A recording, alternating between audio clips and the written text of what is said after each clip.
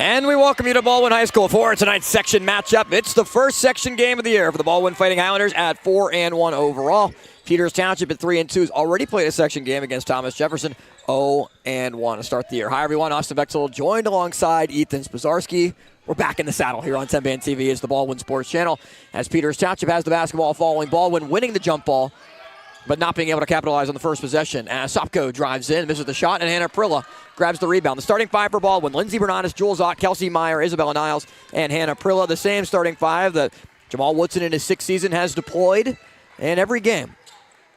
The five early this season. Stolen away by McCullough. Taylor McCullough, the sophomore guard, drives all the way in, plus the foul. And the first points of the game go to Peters Township. 51 seconds in.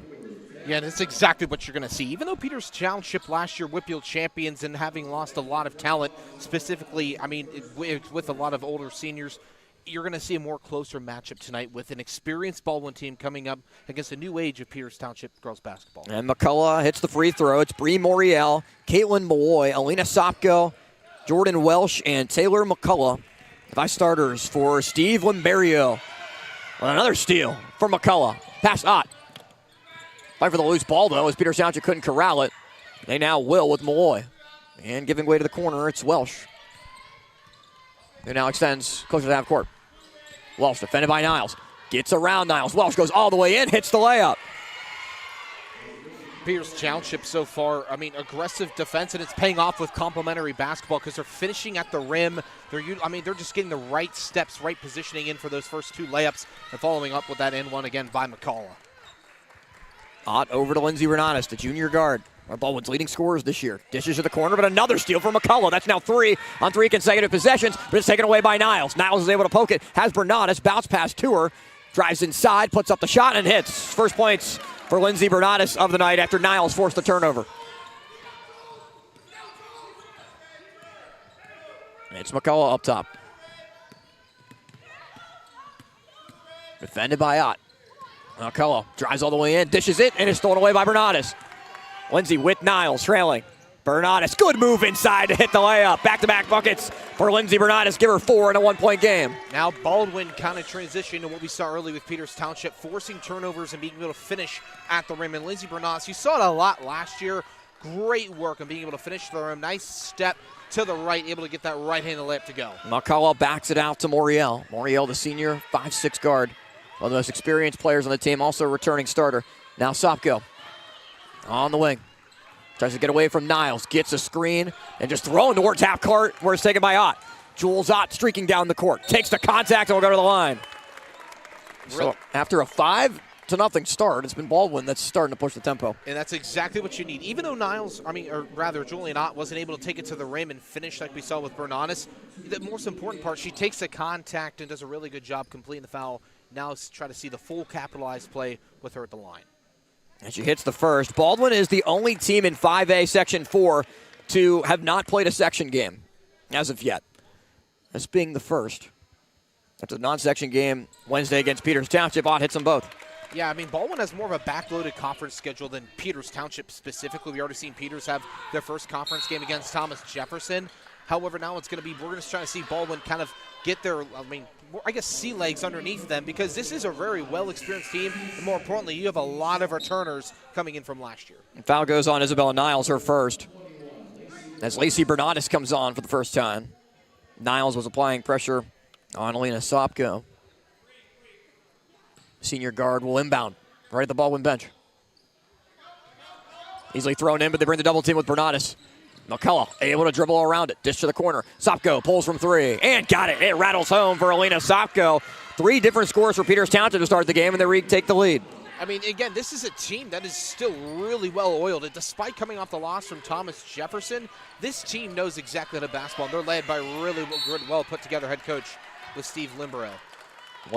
It's Bernanis that ends up falling to the floor and fouled by Moriel for her first. And she lost possession of the basketball, got it back ever so slightly, with the foul being called on the floor. And there's now 2 fouls on either side to start action, as we're almost halfway through the first. Ott on the wing, looks down low, Bernanis not there. Gets a screen from Prilla, but a moving screen called on Hannah Prilla. Her first foul. You could see Hannah Prilla, I mean, you could tell she was helping run the offense, able to let, communicate with her different players exactly what she was doing there. She got a little too aggressive out front. And it's almost to the point right now where with Peters and Baldwin, it's anything you can do, I can do better. Back and forth, but the turnovers, the early scoring, and the turnovers again. And Ott takes it away from McCullough and capitalizes. Jules Ott with the steal and score. Give her 4 on the day. McCullough drives inside, gets around Prilla. Prilla with the rebound. She did that a lot last year. I expect her to do that, staying down low in the post, down with either block, trying to collect rebounds. And Ott throws it away, trying to find Lindsey Bernardus, just too high. And early on, I think we're seeing that these are going to be the keys to the game, the biggest key game, who's going to be able to capitalize on the most mistakes from the other team, because so far we've seen both sides commit a lot of mistakes and capitalize on a lot of them as well. Into the hands of Moriel. Up top, Malloy. Step back for Welsh, and misses everything. Now J.C. Klingensmith will come on for the first time for Baldwin as Prillo goes off to the bench.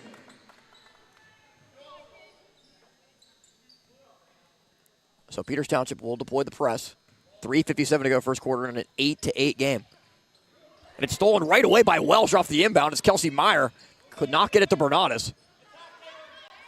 McCullough swings to the corner. Sopko, the lefty, steps back.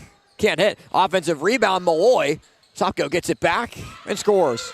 I think that all starts from Lindsey Bernardus not being in the correct position. She was not where she needed to be for that offensive rebound for Peters Township. And then the Indians work out to Sopko. Sopko, easy shot for her, easy floater. She collects. Bernardus drives inside, dishes to Lacey Bernardus and pulls for 3. Rattles off, fight for the rebound, still fighting for it. It's McCullough that picks it up. McCullough with Klingensmith there and Lindsey Bernardus, and it's a push in the back. As McCullough hit the deck, and they get Klingensmith for her first. 4th on Baldwin in the quarter. Mara Radulovic, a junior, 6-foot forward, subs in for Peters Township for the first time. Maddie Mell, junior, wearing 22, also into the game. Peters doesn't run too deep of a bench as Moriel pulls for 3. Offensive rebound by Radulovic. Keep the possession alive in the hands of Welsh. Here goes cross court. Mell defended well by Lacey Bernardus. Has to outlet. And Lacey takes it away. And fouled. Pushed right into the table. He was trying to deliver the pass. Yeah, you're seeing it both sides a little aggressive. They're not afraid to, get up, be personal, press on whoever they're covering. And you're seeing it at both sides. It's paying, and there's some benefits to it. And I think, right there, Bernardus really benefited being really close to the sideline, forcing Sopko to be a little more pressure resistant there. Lindsey looks for an outlet. Goes to Klingensmith. Down low, Ott cutting into the basket and scoring. And a good find from J.C. Klingensmith to give Jules Ott 6 points. Really good lead pass there. It's exactly where it needed to be, especially with Peters Township, who's running that woman-to-woman defense, really sticking onto each other, not allowing a lot of separation. Tipped away. Ott, another steal. Looks down the floor. Ott is fouled on the pass looking for Bernardus. As Moriel was involved, as well as Sopko. And they get Bree Moriel for her second. It's the 4th on Peters Township of the quarter, so both teams with 4, 2:20 still remaining in the first 8 minutes as McCullough comes back on.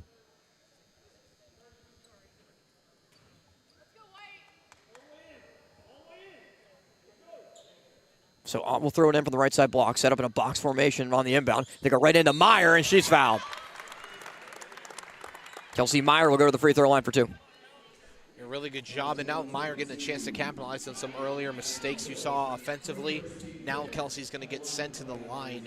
Again, really good job just taking some of the contact, now trying to see if you can complete the play and complete off of a Peters Township mistake. Foul goes on Maddie Mell for her first as Meyer, shooter's touch, able to capitalize on the first. The whole entire team went over to the bench to talk to Dawn McCullough. Actually drafted into the WNBA. He was mother of Taylor McCullough, assistant coach under Steve Lamberio. for a Peters Township team that won the WPIAL 5A championship a year ago, doing something that really nobody thought was possible and beating South Fayette. Which you knew Peters had a really good team and was capable of it, but South Fayette, who ended up winning the 5A state championship and rolled through the WPIAL schedule, including a playoff victory against Baldwin. Shot off the mark for Mel. And Klingensmith can't keep it from going out of bounds. It touches the baseline. Yeah, Peters Township, I mean, I think this is storytelling at its finest. You beat South Fayette 40-36 in the WPIAL championship game. I mean, winning by 4 and then going out to lose to that team later in the state run. Kelsey Meyer takes away the inbound. Too far for Welsh, and Meyer hits the layup. Really good job sticking with it, especially with pressure right behind her. Focused exactly on her ball handling. Easy layup from Meyer, and it goes. 4 for Meyer as Baldwin has built a 4-point lead. 14-10. McCullough drives inside, loses the ball. Lacey Bernatis with it. Up to Lindsay. To the corner and Klingensmith. Ott's open and has it. And pulls the trigger for 3. Right off the back of the rim. Fight for the rebound, tipped in the hands of the Peters Township Indians. It's Sopko. Tries to create some space. And Sopko has a lane. Drives in. Looks for an outlet. Inside. Left-handed layup. Goes to Radulovic. That was a size mismatch, and Radulovic took full advantage of it, having those few extra inches up top. Good find from Lindsay Bernatis to Lacey, who takes the driving lane and puts it in. So the sisters connect as Lacey had the 3, decided to bypass it, had the open driving lane, and why not just hit the floater to keep it a 4-point game. Down low, Radulovic, another layup, good. That was another really good shot. She even got pushed in the back on the layup. Down low, Klingensmith as the tempo continues to pick up, and JC Klingensmith will shoot 2. Really good job again. Just complimentary basketball. I mean, for both sides, really, what we've seen early on. However, when these mistakes happen, these are free given points that allow each team to push ahead. And that's exactly why Baldwin has that 2-point lead, because of these extra free throws and these fouls committed by Peters Township. Klingensmith can't rattle in the first. We talked about that South Fayette game. It was the loss for Baldwin in the 5A quarterfinals after beating Chartiers Valley 73-72 in the first round of the playoffs, 67-31. And a big reason why is because, I don't know, South Fayette's entire starting 5 is going D1. That might help. I mean, I think that does a lot for your team when you have that much talent on it. Just a little bit. Yeah, it has a little bit to do with it. Sopko in the final 30 seconds to Radulovic. Taken away by Ott. Goes right into the passing lane. And an easy, uncontested layup. Can't make it any easier than that. And some poor decisions from Peters Township in the first quarter after they were in control the first couple of minutes. Down low, wide open Mel, but can't hit the layup. Second chance at it, though. Left it short again. Another offensive rebound for Peters. Radulovic can't hit. Bernatis ends the quarter with the basketball and with a 5-point lead. 19-14. And as Baldwin puts up one of its best scoring quarters of the season so far. 8 minutes gone, 8 more to go before halftime here on TenbandTV.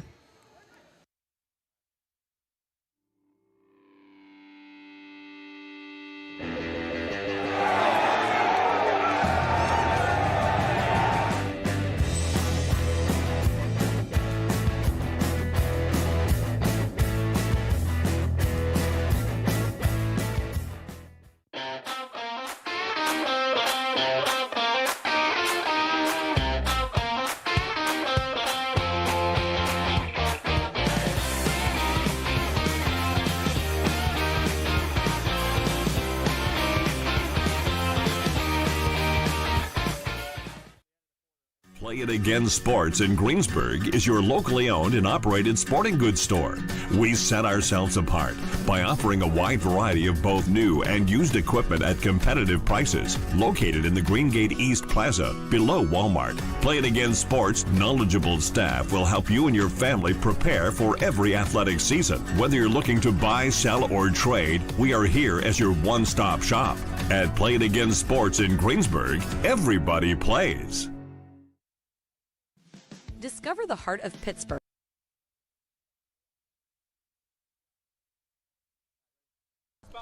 19-14. Baldwin leads against Peters Township.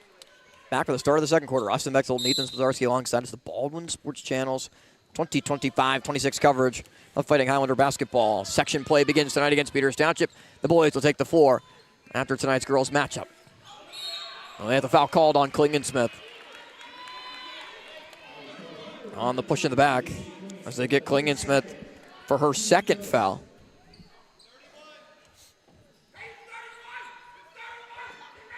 And Jamal calling out the play. Seemingly they've practiced what this is against defensively as they look down low, and it's called 5 seconds. And there's an excited coach when preparation comes into play, and it pays off. Preparation and communication. You're able to communicate with your team. You see it's effective, and Baldwin has, even despite the slow start, communicated a lot better than the start, committing less mistakes. Bernardus, count the basket. And we'll go to the line. They gave Lindsey Bernardus the continuation on the foul on Maddie Mell for her second. Wow, that's a continuation you typically see in the NBA, not necessarily in high school basketball, but Bernardus takes advantage on the three-point play.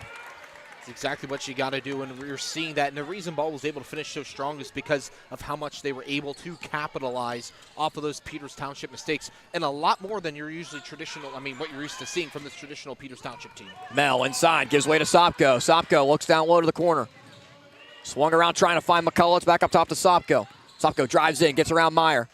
Dishes where Malloy travels. And talking to Steve Limberiu before the game, he said, look, it's a different team than it was a year ago. When you have Natalie Wetzel, 6'4", goes to Miami, already a contributor, and was just an absolutely dominant force on the offensive end of the ball. But he said, especially on the defensive side, where teams just would not challenge us down low in the paint, it's a lot different to try to defend against opposing teams as Bernardus steps out of bounds. When you have that huge post presence and average 4 blocks a game, if anybody tried to contest and challenge, it makes it different when it's a team with not a lot of height now after playing through the post for a long time. As McCullough drives in and is able to create some space and score. Yeah, I would tell you what, Taylor McCullough has shown a lot of talent throughout tonight, even with not being able to come out with a lead through the first quarter.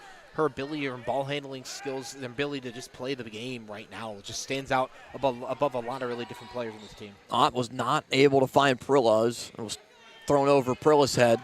It was the last to touch it, streaking towards the right side block. And a 22-16 game. Minute gone by here in the second quarter as McCullough has the basketball. Gets a screen from Malloy. McCullough looks for an outlet, looks down low. Sopko loses it and out of bounds. And this is just a lot different, is the main way to put it for Peters Township compared to the success they've had over the last couple of years. Yeah, Baldwin's making them uncomfortable. There's a lot of press. There's a lot of, just mass. Bernardus, another layup.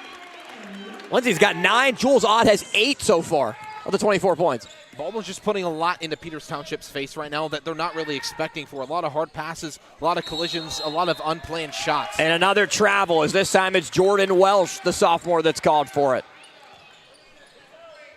And Limberiu said there's going to be a lot of teaching moments. Sure that they do have 3 returning starters.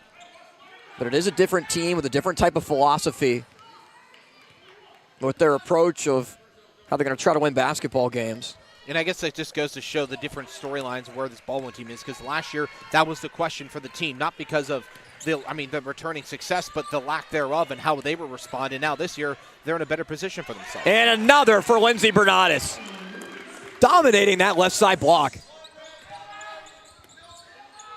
And with only one main senior contributor last year and Mary Vargo graduating, it's a team that's very experienced, has played together a lot, and has forced a ton of steals today as it's Meyer capitalizing.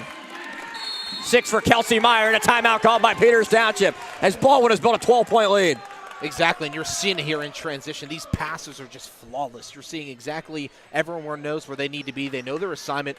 Baldwin is just continuing to trend and really stick to their talents of what they know how to do. So Baldwin lost the first game of the year against Shadyside Academy, 52-47, as Meyer, the 6-man last year, into the starting lineup this year with Vargo graduating and the junior able to help this scoring barrage for Baldwin that's already 9 points in this second quarter. The loss to Shadyside Academy, Joel Woodson said, was kind of just shaking off the rust. It was kind of a weird flow to the game and a weird feel of, well, the season has started, but have we really showed up for the first game? And the answer was kind of, frankly, no. But that changed going up against Pine Richland in the Baldwin Peters Township tip-off tournament. 61-44 the win. Upper St. Clair, a team that has given Baldwin fits over the last few years, whether it's section play, non-section play. 51-45, Baldwin beat St. Clair. They dominate South Park 42-31, and it was a low-scoring game, but they had control for a majority of it.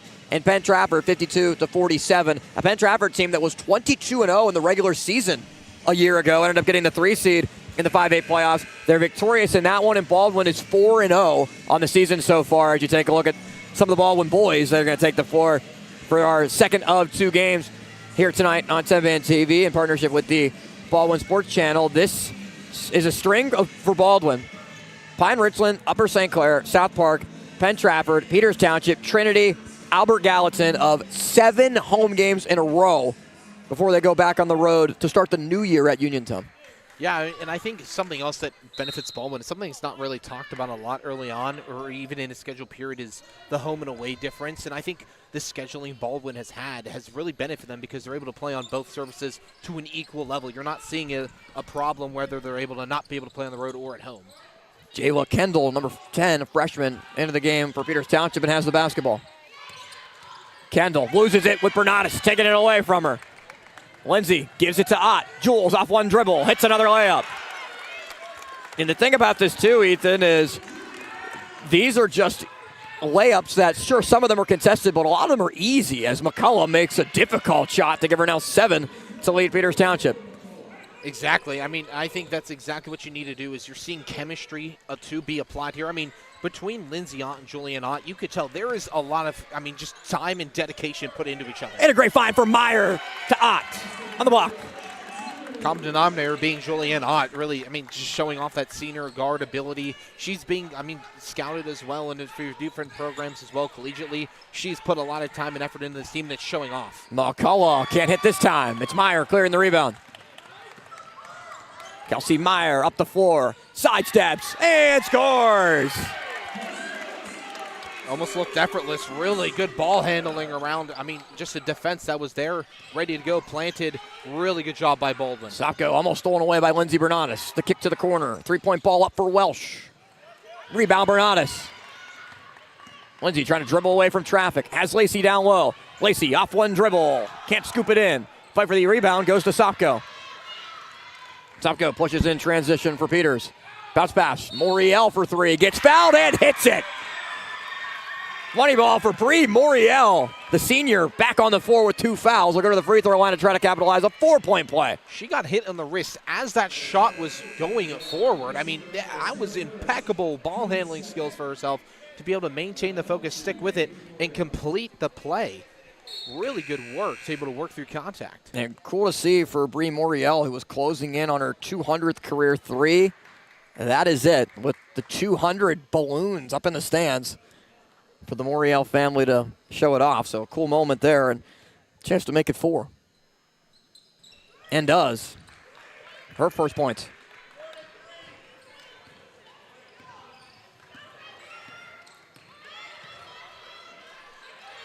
So it's Lindsay Bernatis, Jules Ott, Hannah Prilla, Kelsey Meyer, Isabella Niles, the starting 5 for Baldwin, as Jamal Woodson elects to take a timeout. J.C. Klingensmith at the scorer's table will set the check in. 3:48 remaining, second quarter of play. Baldwin has built a 12-point lead, 34-22. As Baldwin so far this season averages right around 50 points per game. Is on pace to smash that number. Exactly. It's interesting. Even though Baldwin is up to 12, you can't take your foot off the gas, but you also need to be methodical about what you're doing because this Peters Township team, despite being down 12 right now still and not being the exact team we saw last year, has the blueprints to be a very good team coming out, continuing on. If you had 3 wins against Upper St. Clair, Pine Richland, and North Allegheny. I know Pine Richland isn't exactly a powerhouse school known for their girls basketball this year, but Upper St. Clair and North Allegheny were solid wins. And something else to note with the girls team, they haven't lost 1 or more games in December since 2022. Yeah, so very impressive. Exactly. They know how to start the season off right early on.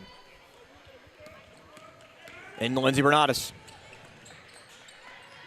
And that will back it out. Klingensmith came on for Prillo. Sets a screen for Bernatis. Lindsey still with it. Now over to Ott. Look down low for Klingensmith. Almost thrown away. Klingensmith now able to take it. Bounce pass to Ott. And Jules high off the glass is able to get it to drop. 14 points for Jules Ott. Pass to Moriel. It was almost deflected by Klingensmith. McCullough drives in. Kicks to the corner. Welsh up top. Moriel drives inside and scores.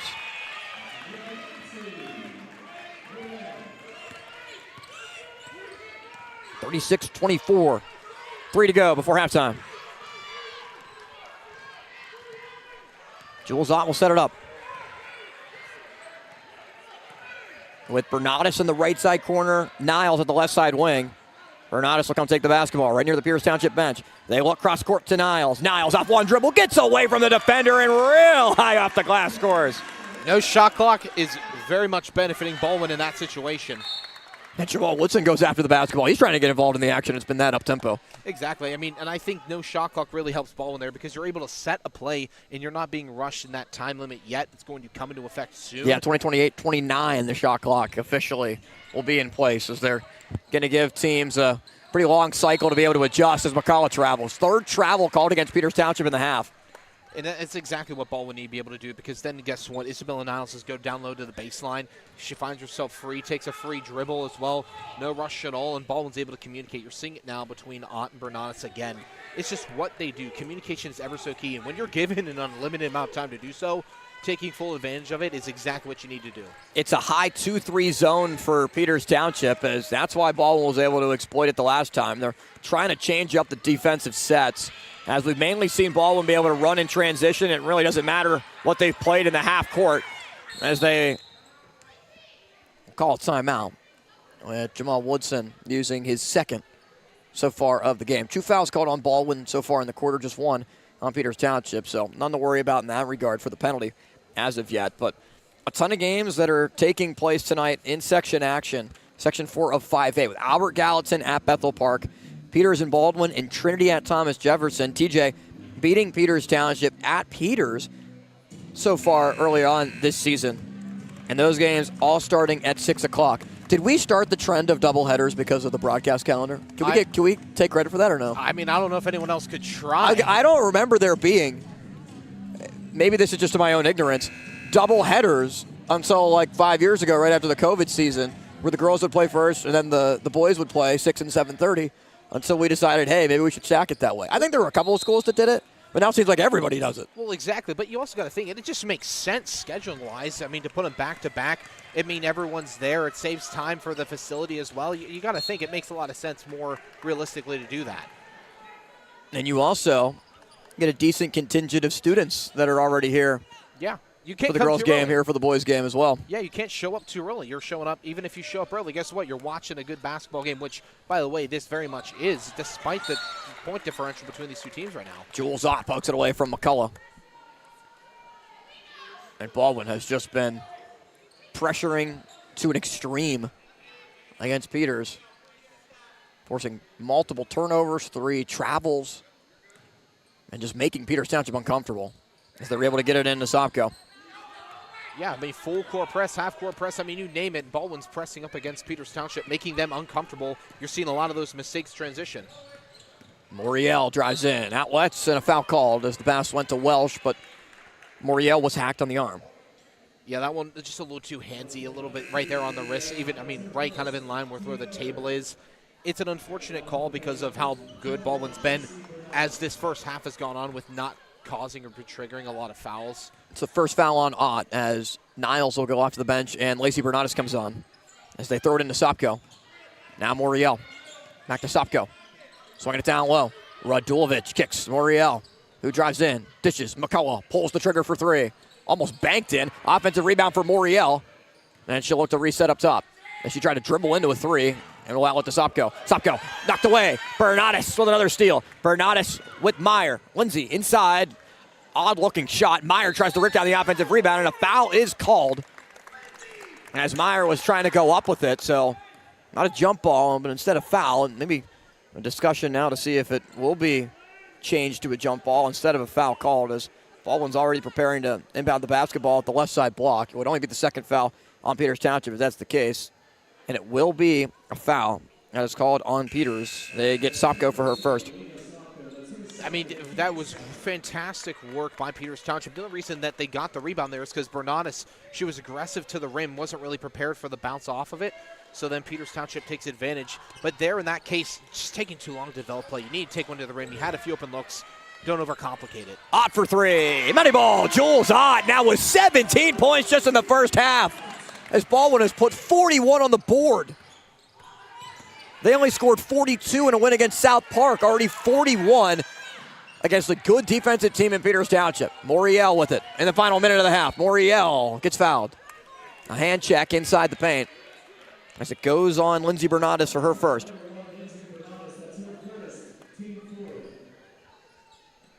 So everyone that has played for Baldwin other than Hannah Prilla has scored, as Moriel for three. Got it again.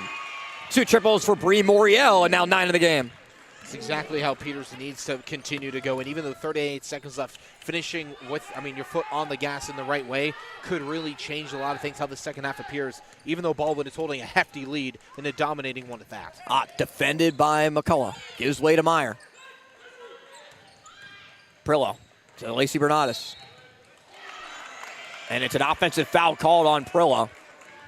And that's happened to Prilla a couple of times this season, as it's her second.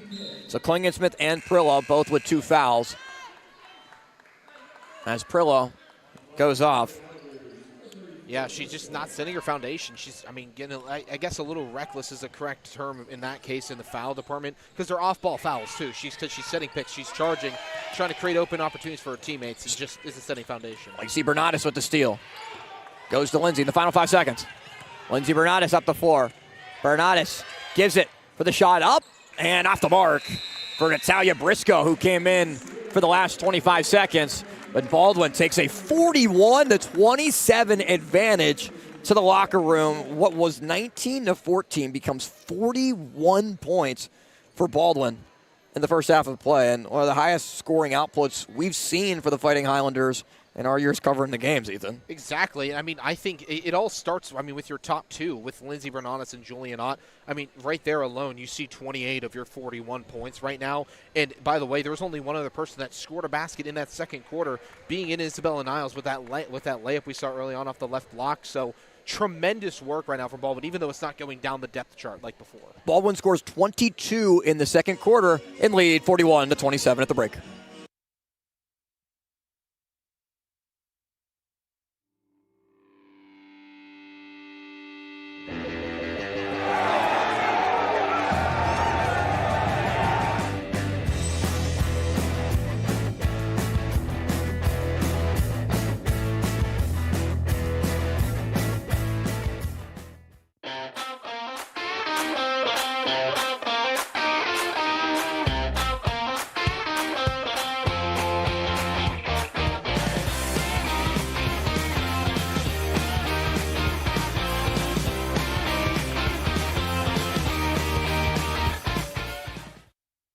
Play It Again Sports in Greensburg is your locally owned and operated sporting goods store. We set ourselves apart by offering a wide variety of both new and used equipment at competitive prices. Located in the Greengate East Plaza, below Walmart, Play It Again Sports' knowledgeable staff will help you and your family prepare for every athletic season. Whether you're looking to buy, sell, or trade, we are here as your one-stop shop. At Play It Again Sports in Greensburg, everybody plays.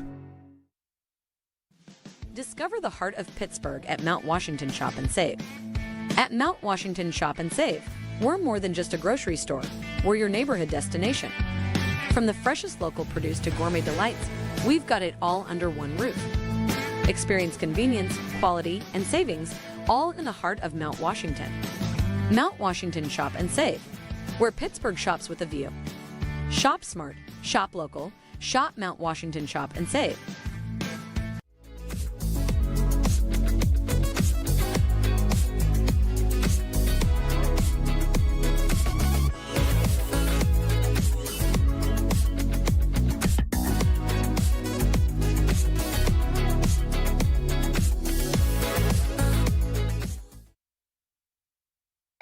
calling Penny, PA's help. I mean, winning by 4 and then going out to lose for that team later in the state run. Kelsey Meyer takes away the inbound. Too far for Welsh, and Meyer hits the layup.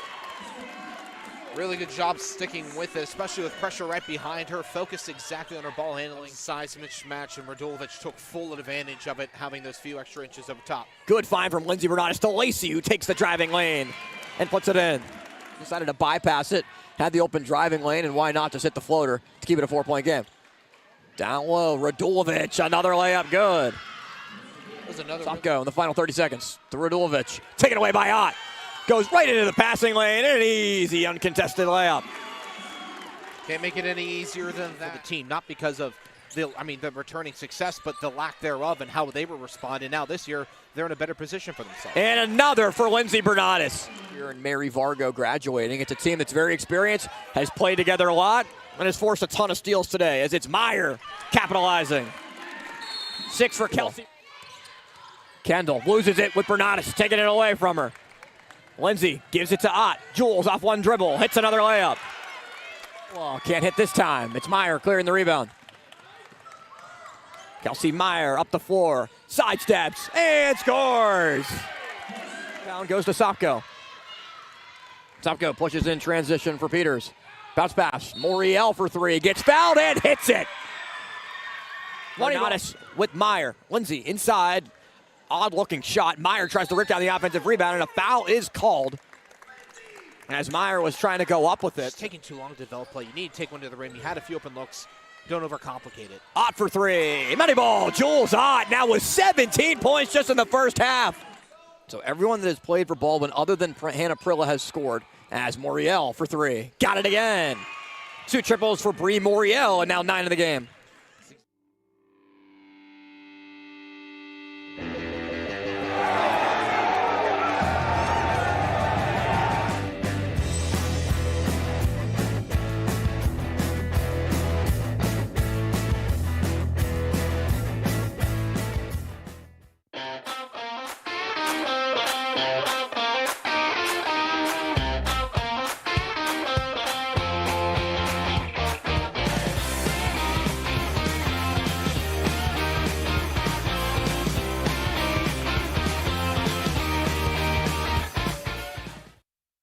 Play It Again Sports in Greensburg is your locally owned and operated sporting goods store. We set ourselves apart by offering a wide variety of both new and used equipment at competitive prices. Located in the Greengate East Plaza, below Walmart, Play It Again Sports' knowledgeable staff will help you and your family prepare for every athletic season. Whether you're looking to buy, sell, or trade, we are here as your one-stop shop. At Play It Again Sports in Greensburg, everybody plays. Discover the heart of Pittsburgh at Mount Washington Shop and Save. At Mount Washington Shop and Save, we're more than just a grocery store. We're your neighborhood destination. From the freshest local produce to gourmet delights, we've got it all under one roof. Experience convenience, quality, and savings, all in the heart of Mount Washington. Mount Washington Shop and Save, where Pittsburgh shops with a view. Shop smart, shop local, shop Mount Washington Shop and Save.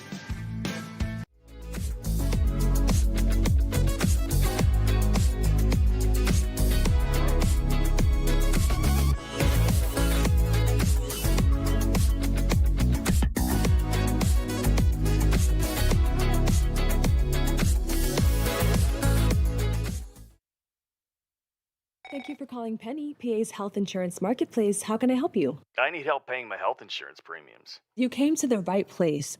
Penny gets you the lowest costs on high-quality plans. Enroll now at penny.com. Paid for with Pennsylvania taxpayer dollars.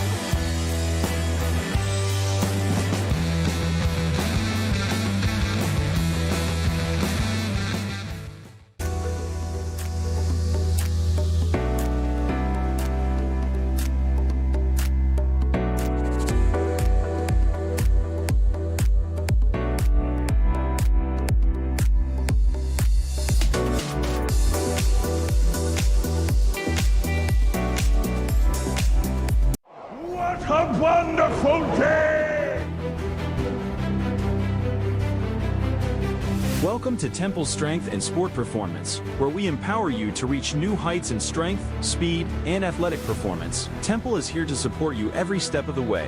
Whether you're a beginner or a seasoned athlete, join him in Jefferson Hills, Pennsylvania, and discover the difference. For more information, call 412-527-1755. Start your journey with us today. Do you have a favorite leather couch or chair that's damaged? Has your car, boat, or RV's interior seen better days? Maybe your business's furniture or your private aircraft's interior could use a little love. You're probably thinking replacement is going to be expensive. And what happens to the damaged piece after you throw it out? Does it just end up in a landfill? It doesn't have to. FiberNew specializes in the restoration of leather, plastic, and vinyl. To get an estimate, connect with us today.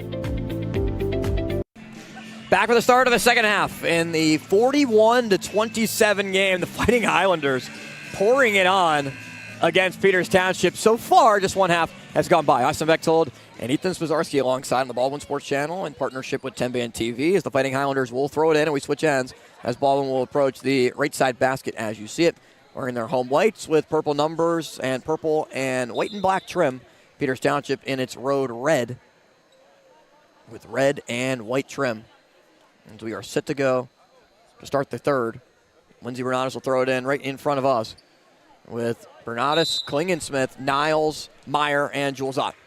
So Prilla off the floor to start the second half. It's Klingensmith in the first five. Meyer drives in, gets blocked on the way up by Welsh. With a second chance at it, Bernatis loses it out of bounds, and it will go the other way. I think you got to start with their, good job overall that when that possession gets Baldwin around, the shot doesn't make it, you're not questioning an automatic foul. You continue to play through the contact. Obviously didn't pay off because Baldwin now has turned the ball over since, but not a bad start in the sense of, not getting caught flat-footed. However, now you got to come up with a defensive response early on, even with a sizable lead. Welsh has it now and goes to Moriel. To the corner, and McCullough gets a screen from Moriel. McCullough, good roll down low, but an errant pass trying to find Welsh. Meyer with the basketball, picked it up but traveled, not able to do that, as it'll stay here now after the turnover. And that was exactly the response you needed off the first possession. Great work by Ott to work down low, and then complimentary play by Meyer, but fortunately just getting a little too handsy off the loose ball. Right into Sopko, now Moriel in the corner. Moriel drives in, and a foul is called. No shot, they wave it off. And it's an offensive foul that goes against Smara Radulovic. And that's her first. That's two moving screens we've seen in the game. Yeah, and it's something you don't see often. Really just with Prilla is what we've seen so far in her two fouls. But interesting tactic now. Now Baldwin has a chance to get right back on the right side of things offensively from what we saw in the first possession. Bernatis has it up top. Drives in, spins, dishes. Klingensmith outside the arc. Left it way short and it's rebounded by Sopko. Tipped in front. That shot didn't get everything on it to make it to the rim. Moriel to the corner. McCullough for three. Too strong. Klingensmith on the rebound. Has missed everything. Ott looks to push the tempo. Jules to Bernatis. Lindsey drives in. Sidesteps. Right hand. Can't finish. Kelsey Meyer offensive rebound. And the reset with Ott.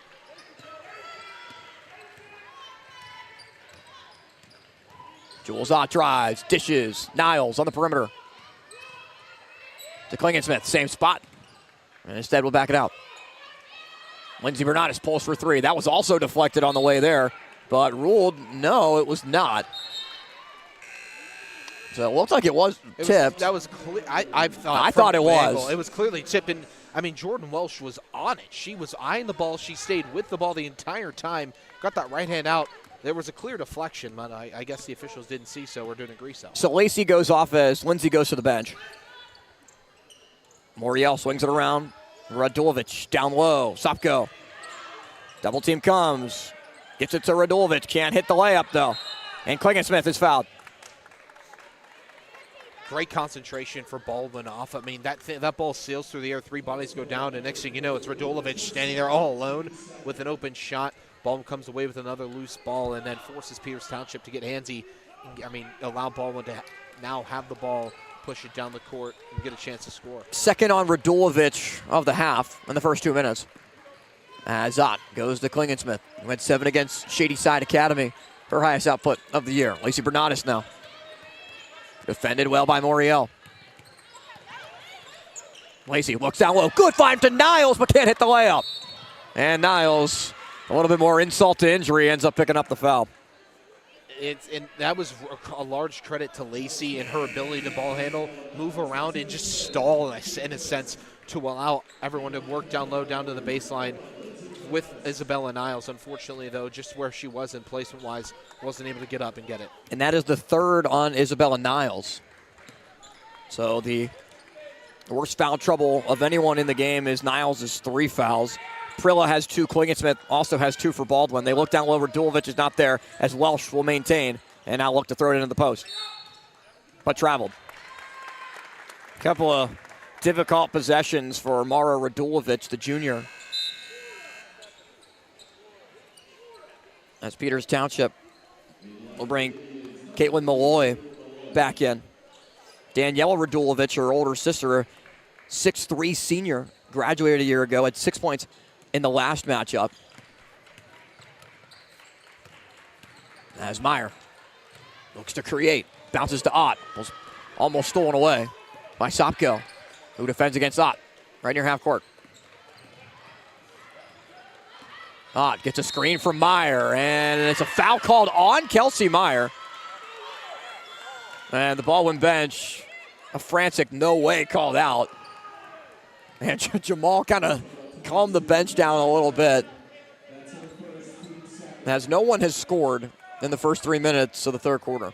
On either side, and Peters Township's only had 2 scores since the second quarter. I mean, that's not exactly what you want to see. I guess in a sense you got to compliment a lot of the defense on both sides. Moriel for 3. She's got it.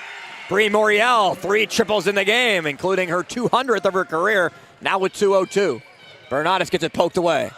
A steal for Peters Township. Thrown up the floor by Welsh. Long pass as it's Sopko deflecting it. And Ott just decides to let it bounce out of bounds and we'll take it. That looked like the Peters Township football team winning a WPIAL championship on that long pass. Yeah, no like one 50 yards out here. Yeah, and I mean, first of all, fantastic football team as well. Just the ability to mesh and work together through so much adversity, especially in that 5A championship. Yeah, there's game. something in the water in Peters right now as the football team wins a WPIAL championship. That's their second in 3 years. Correct. Boys basketball goes to the WPIAL championship game for the second time in 3 years. And the girls team wins the WPIAL championship last year. Good things happening for neighboring Peters Township. And McCullough pulls from straight on. Ripped away by Welsh. And back to McCullough. McCullough lost it to Lacey Bernardis. Ott up the floor. Stolen away Sopko. Back and forth we go. Good find to Moriel. Blocked by Ott. And Ott got tripped up as she hit the deck right in front of the student section. And it looked a lot worse than what it ended up being as Ott was quickly able to get to her feet. But there's a little bit of a limp as she was called for the foul. And that's the second on Ott in the game. As Bree Moriel will go to the free throw line. 1 of 1 so far. Capitalizing on the 4-point play, but she can't hit the first. Yeah, Bree Moriel has, not only was she the only person to score so far in this quarter period, she's the last person to score for Peters Township moving into the second quarter as well. So Moriel last year had 2 threes in the matchup. It was a 67-57 win right here at Baldwin for Peters Township as the Fighting Highlanders went 0-2 against Peters last year. Natalie Wetzel, how big of an impact she had? 34 points. 34 points, including 32 in the final 3 quarters. And what makes it worse is she has more points than her team so far combined in this matchup alone. Ott drives inside. Maddie Mell just kind of left where Ott was, but then ended up poking it off of Ott to be able to force the turnover, and Peters Township elects to call timeout. This is a good use of a timeout as well. Even though Peters Township has found themselves on the positive side of things in the third quarter, technically, both sides, a lot of sloppy play, a lot of turnovers, a lot of inconsistency offensively that you aren't really used to seeing. And carrying on our conversation, I think you can name 8 Division I starters through Peters Township last year just by girls basketball and football alone off the top of your head without having to dig for it. I mean, Division I talent as well. I think Peters Township has found themselves on the right side of things athletically for a long time. They've always been a pretty good, I think pretty good is an understatement, but overall good team athletically or big good school. and now for Baldwin really find themselves on the right side of things for basketball, something that it took a bit of time to get back to where it was, because at one point, Baldwin basketball was a really good, prestigious sport represented by the school, and now it's finding its way back there as well. The head-to-head matchup today, thus where each storyline is led, is giving us a good game. And before the game, got a chance to talk to the first Baldwin girls basketball team that ever won a section championship in 1974. But how about this? In that 1974 year, there was no, at least by what I was told, girls basketball WPIAL championship that they could have played in. There was districts, but ultimately won the section, but ultimately no WPIAL championship. And I said, you guys should have 1974 up there on the WPIAL championship banner. The first one for Baldwin girls basketball being in 1976, the first of 4. The final one coming in 1983. That was also the last year that Baldwin has won a section championship, 1983, as Bernardis is fouled after the steal. It's Lacey on the steal, number 21, fouled by 21 for Peters, Jordan Welsh. Yeah, I mean, this is, it was kind of funny how we talked about it last year with the boys. You know, what was it, 39 years since 39 the section years. championship. Turned that around. I understand it's been a little bit longer than that for the girls, but overall as well, something else you're noticing, girls and women's sports becoming much more increasingly popular, and they're growing too outside of that with, I mean, girls wrestling, women's wrestling, and even flag football as well. You're seeing a lot of progression in the right direction for girls sports. Yeah, you're talking 43 years. That would be the streak broken for Baldwin if it's able to win the section this year. They have a really strong team, and the team that's capable of doing it. And up by 11 points against Peters Township in the final 3 minutes of the third quarter. As Bernardis looks down low for Abed, is stolen away by Radulovic. To Sopko. And they push the tempo. Bounce pass. That can't be corralled by Maddie Mel. Yeah, I think you have to give right now what you've seen. Again, it is still 5 games into the season. We're still early in the first half of the season. However, from what you've seen for this Baldwin team, you've been given no reason to not consider them a legit threat in 5A basketball competition in the WPIAL. So the 5 for Baldwin, Jules Ott, Lindsay Bernardis, Lacey Bernardis, Hannah Prillo, and Kelsey Meyer. As Bernardis gets blocked by Radulovic. Moriel moves up with it. To Sopko. Sopko drives inside. Not a lot of space, and a foul called, resulting in 2 free throws upcoming for Alina Sopko. Has not scored since the first quarter. And they're instead going to have it out of bounds at the left side block as the foul goes on Kelsey Meyer for her second. Yeah, I mean, I think what's working right now, something Peters needs to start utilizing is, I mean, Radulovic, she's 6 foot tall, tallest girl on this team, or at least on the floor as of right now. Utilizing her more. She's been doing a lot of rebounds, only has 4 points. Here's Bree Moriel. Gets a screen from Malloy. Moriel, floater, bounces off. Fight for the rebound, stays with Peters Township. It's Sopko looking on a great pass to Welsh for the layup. And that's exactly the complementary basketball you need. You fight, you scrap for it, offensively earning the bucket, and that's exactly how you do it. Baldwin becomes pressed to the basketball, leave one too many girls unattended on the backside. And what was a 14-point lead is now 9.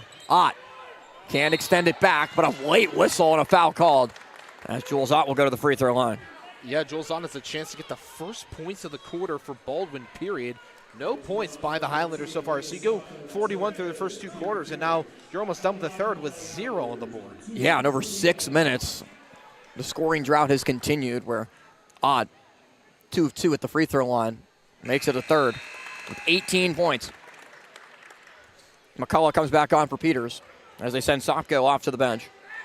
Exactly why you can't take your foot on the off the gas. 14-point lead doesn't matter. Still needs to be handled carefully because as fast as you can get, especially in basketball, you can lose it. But Peters has only scored 5 on the other end, so it's not like they've really been able to take advantage offensively of Baldwin's scoring drought that ends from Jules Ott making both. McCullough, Malloy, deflected away by Bernardis. Lacey with Welsh dribbling in. Welsh gives Moriel, open shot for 3. She's got it. Another for Bree Moriel. 4 triples on the game. She has 15 points to lead Peters Township. That pass looked like it was tipped by Lindsay Bernas's right hand. She stood out there.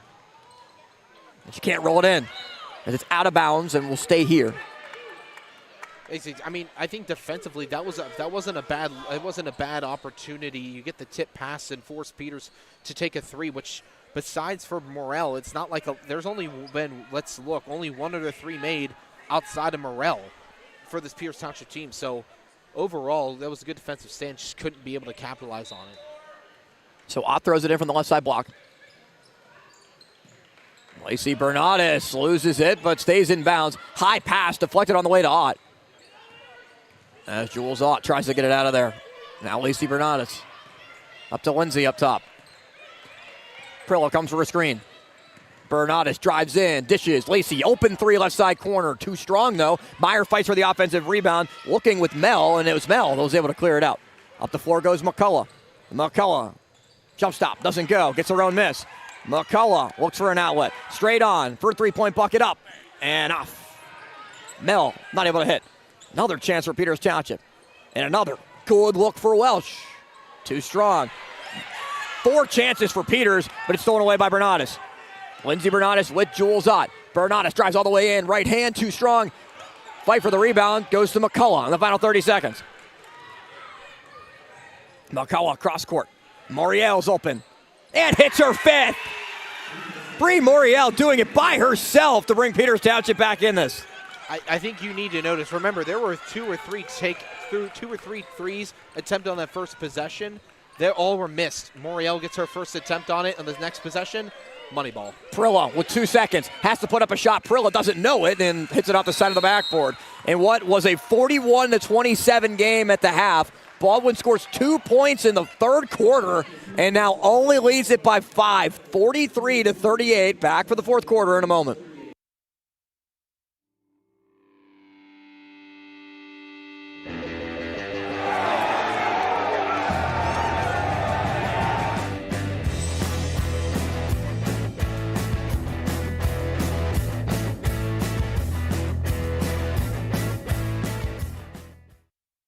Play It Again Sports in Greensburg is your locally owned and operated sporting goods store. We set ourselves apart by offering a wide variety of both new and used equipment at competitive prices. Located in the Greengate East Plaza, below Walmart, Play It Again Sports' knowledgeable staff will help you and your family prepare for every athletic season. Whether you're looking to buy, sell, or trade, we are here as your one-stop shop. At Play It Again Sports in Greensburg, everybody plays.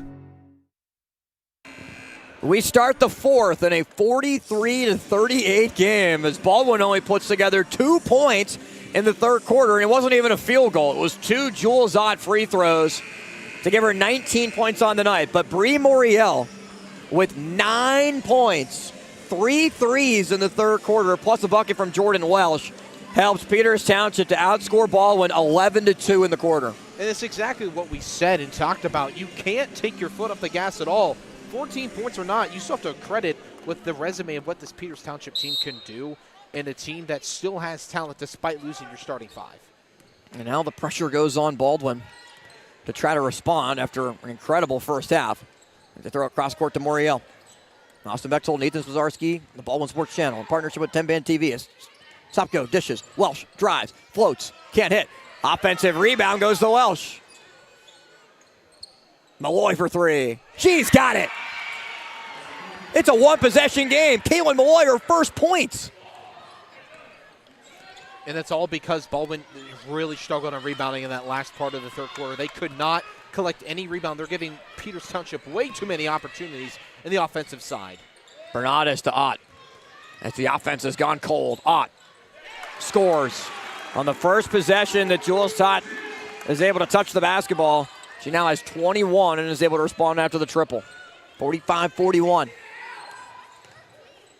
Sopko, defended by Lacey Bernardis. Sopko, the lefty, drives left side. Too easy on the scoop.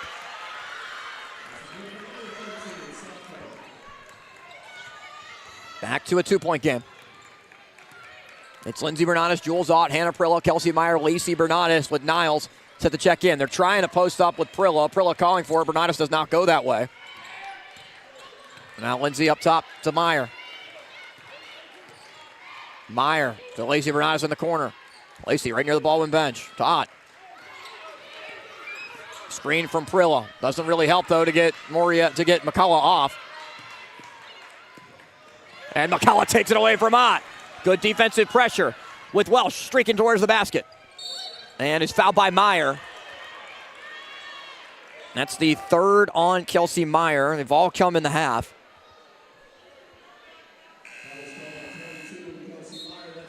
the problem with that is because there is no shot clock, because Peters Township can take as long as they want to go up and get a basket, because then if you allow the basket to go, you can take your time and slow things down, try to recontrol pace of the game. No shot clock, that becomes a problem. Moriel drives inside, dishes to Sopko. Sopko drives, dishes to the corner. McCullough is able to keep it from going out of bounds. McCullough has the baseline. Bernardus just gave it to her. Sopko for the lead. Rebound, Niles tries to track it and is able to do so. And they'll reset with Lindsey Bernardus. I think slowing down the tempo now, Baldwin needs to recontrol the tempo of this game. Lindsey drives in, scoop layup doesn't go. And now Moriel pushes to Welsh. Welsh drives in. Welsh, we're tied. A 14-point lead at halftime, completely erased as we're knotted at 45 all. And Baldwin just searching for answers. Only 4 points in the last 10-plus minutes as Bernardus to Ott. And an offensive foul called on Lindsey Bernardus, who at this point just seems stunned by what's taking part right now. And this Baldwin collapse in the second half. Yeah, I mean, there's just no answers being given right now. It all starts because there haven't many made baskets as well. And Bernardus goes off to the bench. And Sopko will bring it up.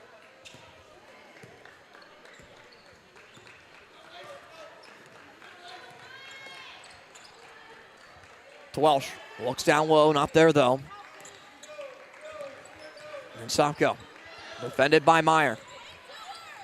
Sopko drives. Klingesmith brings up the help defense.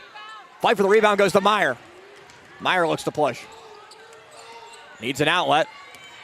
Meyer across the timeline. Defended well by Moriel. Looks to Niles, but it goes through Niles' legs. It's Bernardus saving it from going out of bounds, and Lacey Bernardus drives. Outlets. Ott takes it and pulls for three. Jules Ott, when they needed it most, hits her second triple of the game and has 24 on the night. It's exactly what Baldwin needed in response, and you're only up 3 now. However, that right there kind of resets the pendulum of where it was swinging. It's exactly what Baldwin needed to do to be able to put themselves in a position to get back into it and consider, because it was looking bleak there. It was not looking good overall. And Ott was just left wide open. McCullough late getting over and late to put a hand up as Baldwin elected to call timeout. So just 2 remaining for Baldwin in the game, 3 still to go for Peters Township. What is a 3-point game, 48-45. It was just a lot of basketball still to be played, but as we started the second half, no let up from Peters Township. They're a team that is really known for its defense and effort on that side of the basketball and of the floor, really.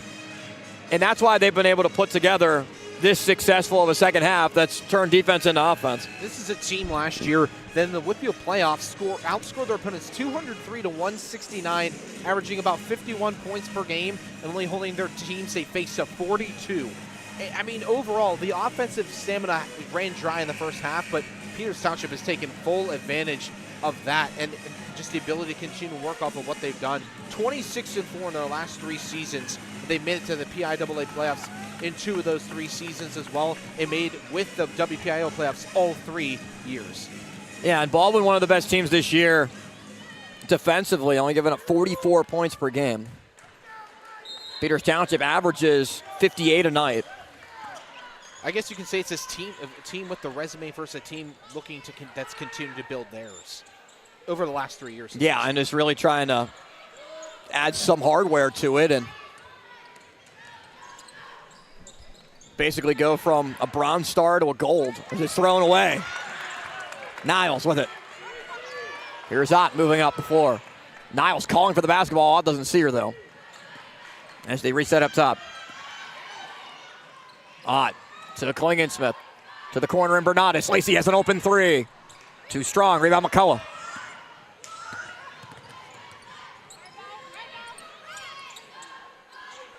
Now Bree Moriel. Up top. Half the quarter gone by. Malloy brings the screen.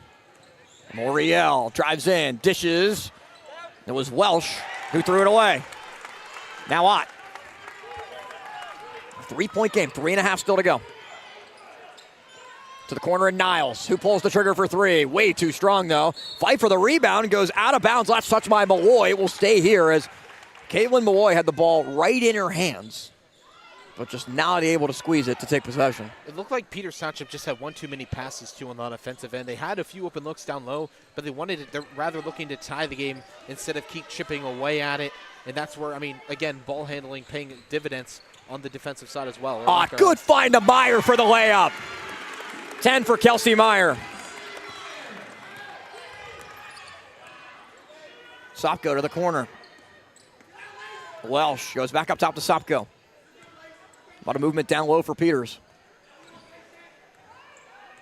They bring Malloy over for the screen. Sopko goes the other side of it. Sopko, the lefty, scoop layup, rebound Klingensmith.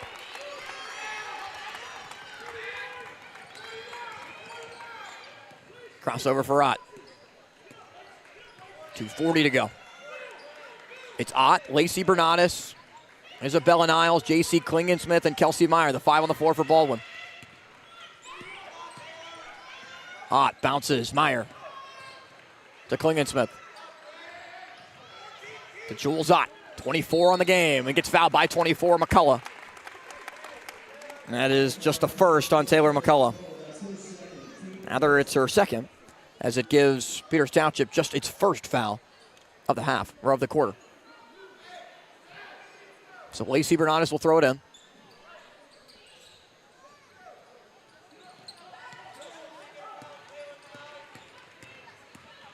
Niles all the way in. Niles finds space and scores. Got right past Bree Moriel in a nice little sidestep to be able to get to the right side block. Isabella Niles, just 4 points, but has been impactful in her minutes. That's something that hasn't happened all night either, because you've seen just down low, Peters' ability to really, especially in the second half, stand strong in the post and each block. But exceptional work by Isabella Niles, creating some space in her own opportunity too, paying off. You don't need to have a lot of points, but she's contributing at a moment where Baldwin needs it most, and just really found their sea legs, or just got rid of their sea legs rather, from when they went on a long scoring drought. So for Baldwin at 4-1, trying to win its first section game of the year, you wonder who are going to be the main teams that are going to most compete in this section, and it's a very strong one with Baldwin at 4-1, Uniontown 5-1, TJ's 5-1. TJ's probably the strongest team in the section. Trinity also a really good team at 5-0. They started the conference 1-0. Peters, Bethel, Albert Gallatin all losing their first conference games, and of course this the first for Baldwin in section play. Yeah, South Fayette as well. Obviously, you got to continue through them outside of section play. Yeah, as well. In section 3, they're already 6-0, and you can imagine they're just going to roll through their section. Exactly. I mean, the crazy part, there are 4 sections in 5A girls basketball in the WPIAL, and that provides a lot of different talent. The nice thing is, for what benefits Baldwin overall, you didn't compete well against Peters last year, but guess who they did compete well against? Thomas Jefferson. Yeah, and they won a game against TJ in the matchup here against the Jaguars, and it's a team that Baldwin has had experience in having a pretty good back and forth matchup against, as Malloy pulls for 3. Niles tries to grab the rebound. There's a whistle and signals that McCullough stepped out of bounds as she touched the basketball, battling with Niles. It looked like now correct me if I'm wrong, when the basketball bounces up top above the backboard and rolls on the white, is that still in play, or does it depend really? That's out of bounds. So it must have been ruled that it went off maybe the top of the face of the glass. As Ott bounces to Meyer. And we'll see what Baldwin elects to do as Moriel applies tight pressure on Ott. There's one foul against Peters in the quarter. There's the second, as they will need to continue to apply the pressure, try to force a steal. But with it being a 7-point game and Moriel picking up her third, they'll bring Bernatis back in as Klingensmith goes off. Yeah, you're going to need your biggest hitter to come out and help for Baldwin, even though she went on a bit of a drought herself, too, with a few missed layups. Having Lindsey Bernatis on the floor changes a lot of things, especially defensively for Peters. Into Lindsey Bernatis. Finds Niles. All right to the basket, but too strong. Meyer fights for the offensive rebound with Lacey Bernatis. And there's a foul called on the rebound as McCullough came away with the basketball.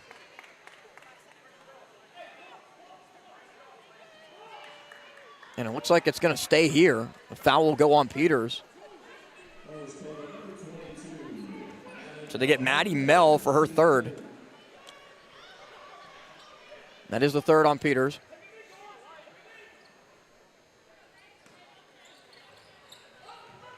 Bernard is signaling Niles to go back near half court. As Ott has it. They bring the double team. Ott tries to dribble out of it, and the foul's called on McCullough. That is the third on Taylor McCullough in the game. It's now 4 Peters Township Indians with 3 or more, well, with 3 fouls right now. I mean, that's something else you got to benefit is Peters has played clean basketball up until this point. It's given them a lot of opportunity to spread out more fouls as well. Niles gets it into Bernardis. Lindsay over to Ott. Ott almost stolen away by Moriel. Ott still going to Niles. They bypass the good look, and we'll just try to burn some clock as Niles is fouled. Yeah, they're playing keep away at this point. You're telling Baldwin's just trying to drain the clock out because you can tell in a moment's instance, Peters Township's right back into this game. They're only down 7. That's 3 possessions. However, if done correctly, enforcing a few fouls, you can do it even less. And that's the fourth on Bree Moriel, who leads Peters Township with 18 points, including the 5 threes. As the first one is up and good for Isabella Niles, her first trip to the line. And again, Isabella Niles now 5 pending, potentially 6 points. 4 of those 6 points are going to come in very clutch time for Baldwin when they needed it. Can't hit the second, though. Niles goes after the offensive rebound, but Sopko corrals it, and a timeout called by Peters. So 2 remaining for Peters. Baldwin still has 1 in the final 1:20 of the matchup in an 8-point game. And it's funny because Peters Township come into it halftime 14-point deficit. You think you're not really worried about it. You're considering Baldwin's going to be able to roll again in a game where they scored 41 points, where just a game or two ago against South Park, Baldwin only had 42 total points. Yeah. And then guess what? They were, I guess, starstruck or just they weren't able to cash anything in that third quarter, and Peters Township turns around, and now all of a sudden again, now it's an 8-point game, and it's back to being really close. Has to be concerning, though, if you're Baldwin, where you put up 41 in the first half, and then you score 2 in the third.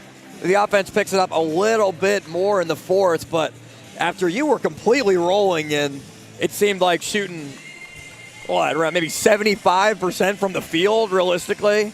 Yeah, and I think it also helps that Peters was getting a lot more looks in that third quarter because of the rebounding they were producing on the offensive end.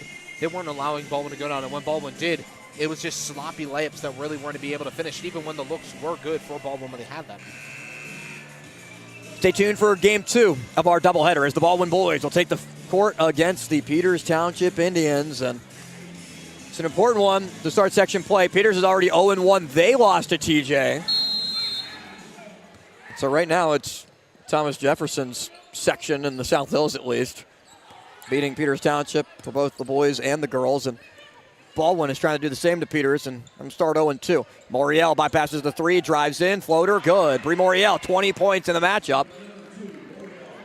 As Ott tries to dribble out of traffic. Ott still going, inside a minute, and Sopko fouls her.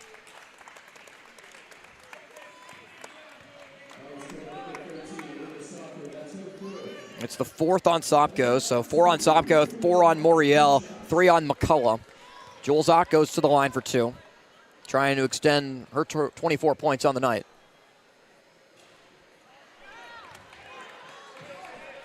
Now 4 of 5 at the free throw line.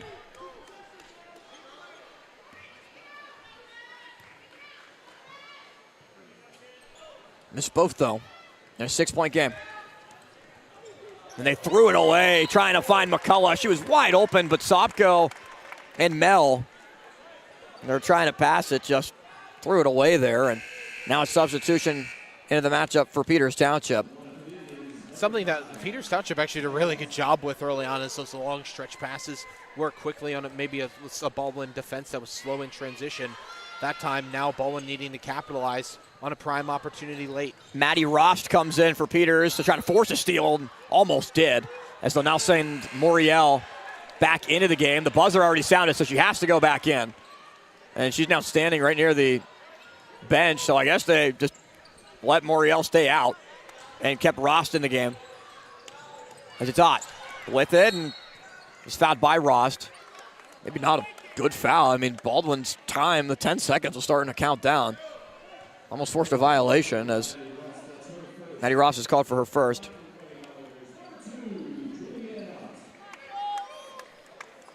So Jules Ott back to the line, missed the last two. She's now missed 3 in a row as everyone is over near the Baldwin bench, drawing up the play to try to defend the next play and break the press if there's an ensuing bucket. No one in the lane as Ott has missed 4 in a row to keep Peters Township alive with Sopko driving, gives it up to Mel. Mel to Moriel. Moriel off one dribble, pulls, and it just rolls out. Niles is fouled, as that would have made it a one-possession game, and the way the Baldwin's been missing free throws, that could have been very, very interesting. That basketball did everything but go in. Great shot, great look, on connect, rolled through the rim twice, and physics decided to reject the opportunity. That had every opportunity of a great look for Peters, but now for Isabella Niles, who honestly has been the more clutch-est player right now for Baldwin in this second half, has an opportunity to put it away, even by making just one of these 2 free throws. Foul goes on McCullough, her 4th. Niles hits the first.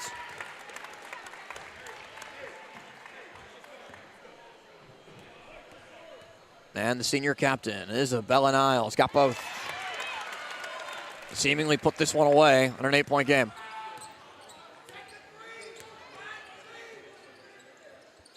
Welsh swings it, cross court, Molloy pulls. Rebound Moriel. Moriel will take the layup. Now with 22. That timeout called by Peters Township. It's a 30-second timeout. Each team has 1 remaining. I think another thing you got to look at, just continue to dive into what looks good at this game. Baldwin hasn't allowed Moriel to go outside the arc in this 4th quarter, which, by the way, she had 3 in the 3rd and 5 total in the game coming into the 4th quarter. So great work to be, again, force and make Peters Township uncomfortable and play to a game that they're not used to playing.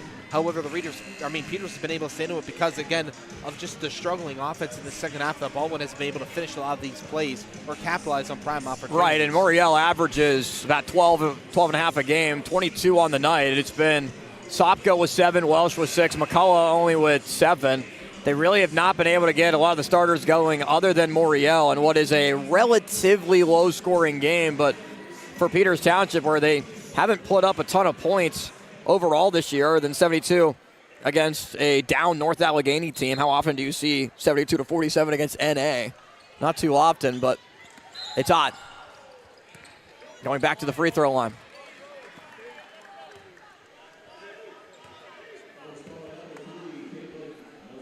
Caitlin Malloy called for the foul, just her first.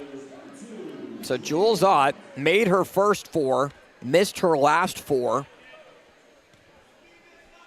What does the rubber match do? Now 25.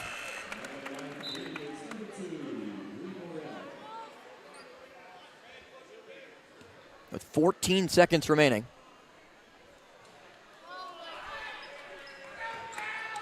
Sopko up the floor. Dishes to Welsh, and Welsh drives in. Difficult shot goes. As the clock can just run out, Niles is fouled with 0.5 remaining. A 56-51 game. It's a 5-point lead, and now the 2 referees right in front of us are saying, do you think we should have counted the foul there? And yeah, they're going to call it on Mel for her 4.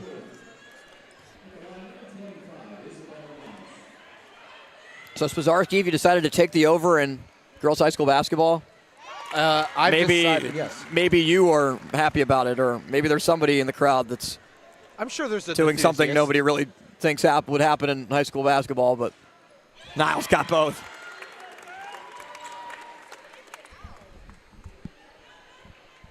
(58-51). Baldwin defeats Peters Township and starts section play 1-0. Peters drops to 0-2 in section action, and this one for Baldwin, a solid performance in the second half, but a great performance in the first.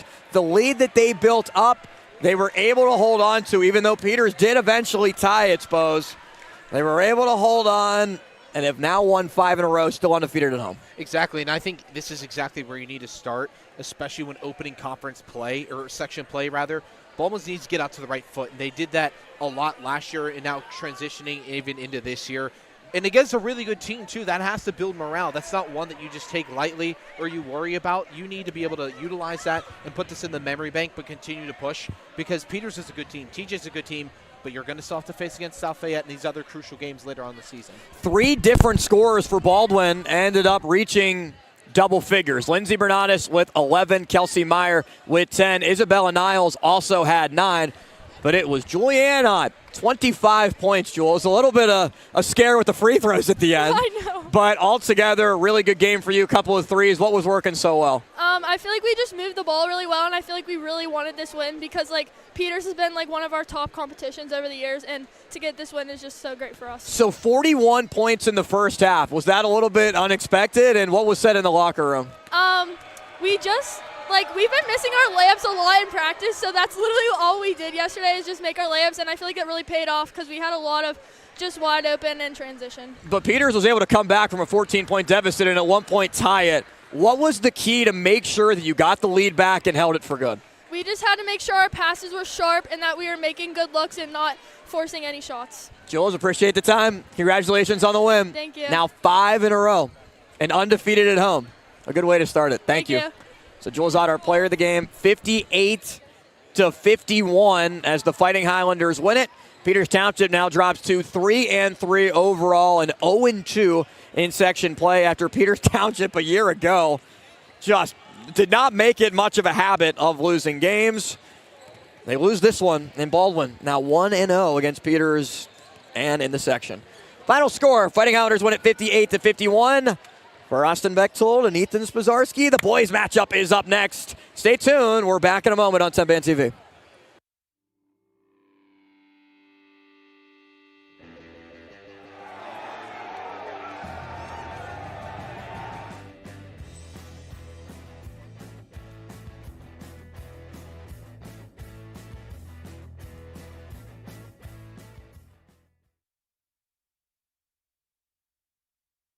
I mean, winning by 4 and then going out to lose for that team later in the state run. Kelsey Meyer takes away the inbound. Too far for Welsh, and Meyer hits the layup. Really good job sticking with it, especially with pressure right behind her. Focused exactly on her ball handling. Size mismatch, and Radulovic took full advantage of it, having those few extra inches up top. Good find from Lindsey Bernatis to Lacey, who takes the driving lane and puts it in. Decided to bypass it, had the open driving lane, and why not just hit the floater to keep it a 4-point game. Down low, Radulovic, another layup, good. Sopko in the final 30 seconds to Radulovic. Taken away by Ott. Goes right into the passing lane, and an easy, uncontested layup. Can't make it any easier than that for the team, not because of the returning success, but the lack thereof and how they were responding. Now this year, they're in a better position for themselves. And another for Lindsey Bernatis. Here in Mary Vargo graduating. It's a team that's very experienced, has played together a lot, and has forced a ton of steals today as it's Meyer capitalizing. 6 for Kelsey. Kendall loses it with Bernatis, taking it away from her. Lindsey gives it to Ott. Jules off one dribble, hits another layup. Well, can't hit this time. It's Meyer clearing the rebound. Kelsey Meyer up the floor, sidesteps, and scores. Down goes to Sopko. Sopko pushes in transition for Peters. Bounce pass, Moriel for 3, gets fouled and hits it. Bernatis with Meyer. Lindsey inside. Odd-looking shot. Meyer tries to rip down the offensive rebound, and a foul is called as Meyer was trying to go up with it. It's taking too long to develop play. You need to take one to the rim. You had a few open looks. Don't overcomplicate it. Ott for 3. Money ball. Jules Ott now with 17 points just in the first half. So everyone that has played for Baldwin other than Hannah Prilla has scored as Moriel for 3. Got it again. 2 triples for Bree Moriel, and now 9 in the game. That's not exactly what you want to see. I guess in a sense you got to compliment a lot of the defense on both sides. Moriel for 3. She's got it. Bree Moriel, 3 triples in the game, including her 200th of her career, now with 202. Boy, Moriel, floater, bounces off. Fight for the rebound, stays with Peters Township. It's Sopko looking on a great pass to Welsh for the layup. And that's exactly. Lacey with Welsh dribbling in. Welsh gives Moriel, open shot for 3. She's got it. Another for Bree Moriel. 4 triples on the game in the final 30 seconds. Malkawa cross court. Moriel's open. and hits her fifth. Bree Moriel doing it by herself to bring Peters Township back in this. Dishes. Welsh drives, floats, can't hit. Offensive rebound goes to Welsh. Malloy for three. She's got it. Stop go. Defended by Lacey Bernardis. Stop go. The lefty drives left side. Too easy on the scoop. Scoop layup doesn't go. And now Moriel pushes to Welsh. Welsh drives in. Welsh, we're tied. A 14-point lead at halftime, completely erased as we're not bounds, and Lacey Bernardis drives. Outlets. Ott takes it and pulls for three. Jules Ott, when they needed it most, hits her second triple of the game. And instead of keep chipping away at it, and that's where, I mean, again, ball handling paying dividends on the defensive side as well. Ott, good find to Meyer for the layup. 10 for